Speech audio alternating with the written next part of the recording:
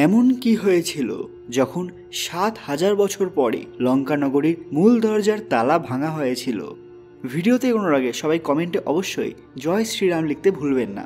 আজকের ভিডিওটি ২০১৮ সালের একটি বড় ঘটনাকে কেন্দ্র করে। পুরুষোত্তম শর্মা নামের একজন ব্যক্তিকে মিডিয়া থেকে প্রশ্ন করা হয়েছিল যে আপনি কি ভগবানে বিশ্বাস করেন? তার উত্তরে তিনি বলেছিলেন, আমি এমন কোনো জিনিসই বিশ্বাস করি না যার প্রমাণ আমি পাইনি।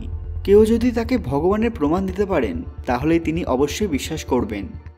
সকলকে পুরাণ কথা নতুন একটি ভিডিওতে স্বাগত। আজকে আপনারা জানবেন আপনি কি ভগবানে বিশ্বাস করেন। ভিডিওতে এগোনোর আগে সবাই দয়া করে আমাদের চ্যানেলটি সাবস্ক্রাইব করে নেবেন। এই ব্যক্তি কিন্তু একজন ধার্মিক পরিবার থেকে বিলং করেন। একবার তিনি পরিবারের সাথে শ্রীলঙ্কা ভ্রমণের জন্য গিয়েছিলেন, যেখানে এখনও রাবণের পুজো হয়ে থাকে। কিন্তু পুরুষোত্তমজি এটা মনে করতেন যে রাবণের কোনো অস্তিত্ব নেই, সেটাও একটা কল্পনা মাত্র।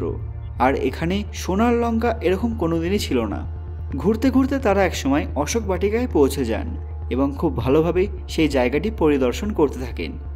সেই সময় সেখানে তাদের সাক্ষাৎ হয় এক দিব্য সাধুর সাথে, যিনি পুরুষোত্তমজির ভ্রম দূর করার জন্য তাকে একটি নকশা দিয়েছিলেন এবং বলেন যে এই নকশা থেকে তিনি যদি কিছু সমাধান বার করতে পারেন তাহলে তার সমস্ত ভ্রম দূর হয়ে যাবে।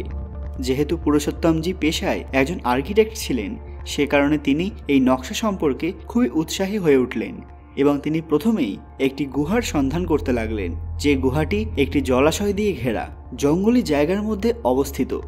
কিন্তু যেহেতু তিনি সত্যের সন্ধানে উৎসাহী ছিলেন, সে কারণে তিনি কিছু স্থানীয় লোকের সহায়তায় সেই গুহার মধ্যে প্রবেশ করার জন্য সচেষ্ট হলেন। কিছুক্ষণ চেষ্টা করার পর তিনি গুহার সম্মুখে পৌঁছলে ৩টি রাস্তা দেখতে পান, কিন্তু ভেতরে প্রবেশের জন্য সঠিক রাস্তা কোনটি সেটি তখনও তিনি বুঝতে পারছিলেন না। যখন তিনি প্রথম রাস্তা দিয়ে যাওয়ার চেষ্টা করলেন, সেখানে তখন খুব অন্ধকার ছিল এবং সেটা অনেক গভীর ছিল। যখন তিনি সেই গুহায় প্রবিষ্ট হয়ে আরও ভেতরে অগ্রসর হলেন এবং অবশেষে একটি পর্বতের পাদদেশে উপস্থিত হলেন, সেই পর্বতের ওপরেই অশোক বাটিকার অবস্থান ছিল। রামায়ণের সুন্দরকাণ্ডে এই বাটিকার কথা লেখা আছে এবং এখানে হনুমান যে সকল কার্যকলাপ করেছিলেন তার বিস্তারিত বর্ণনা দেওয়া আছে। এরপর সেই ব্যক্তি তার পুরো পরিবারকে নিয়ে গুহার সেই রাস্তা দিয়ে সেই পর্বতের উদ্দেশ্যে রওনা হলেন। এরপর তিনি গুহার ৩ নম্বর রাস্তা দেখতে পেলেন, যেটা একটা খোলা ময়দানের সামনে এসে তাদের উপস্থিত করালো। এরপর তারা প্রথম এবং তৃতীয় রাস্তা ছেড়ে গুহার দ্বিতীয় রাস্তা দিয়ে ভেতরে প্রবেশ করলেন এবং সেখানে তারা যা দেখতে পেলেন তা দেখে হতবাক হয়ে যান। এই রাস্তা তাদের আরেকটি পর্বতের পাদদেশে নিয়ে এসেছিল, যার নাম নীল শিখর। এই জায়গাতেই আজ থেকে ৭,০০০ বছর পূর্বে সোনার লঙ্কা ছিল। আসলে এই পর্বতের ৩টি শিখরই ত্রিকূট পর্বতের অংশ ছিল, যেখান থেকে লঙ্কাকে পরিষ্কার দেখা যেত। এখন আর্কিটেক্ট পুরুষোত্তমজি পরিষ্কার বুঝতে পারলেন যে ৭,০০০ বছর পূর্বে এখানেই সোনার লঙ্কার অবস্থান ছিল। তিনি তখন চিন্তা করলেন যে যদি একটু ভালো করে সন্ধান করা যায় তাহলে এখানেই লঙ্কা বাস্তবে ছিল তার অনেক প্রমাণ তিনি পাবেন। তিনি নিজের বিচার বুদ্ধি দিয়ে এবং মাপযোগ করে একটি বিশেষ স্থানে যখন খনন কার্য করেছিলেন, তখন সেখান থেকে একটা সোনার মুদ্রা পেয়েছিলেন। এই মুদ্রায় একদিকে রাক্ষসের প্রতিলিপি ছিল এবং অপরদিকে প্রায় ৭,০০০ বছর আগের ভাষায় কিছু লেখাও ছিল। পরে যখন তিনি সেই লেখাটির ওপর ভালোভাবে রিসার্চ করলেন, তখন দেখতে পেলেন যে সেটা সেই সময়কার ভাষাতেই লঙ্কাধিপতি রাবণ সম্পর্কে কিছু গুণগান স্বরূপ লিখিত ছিল।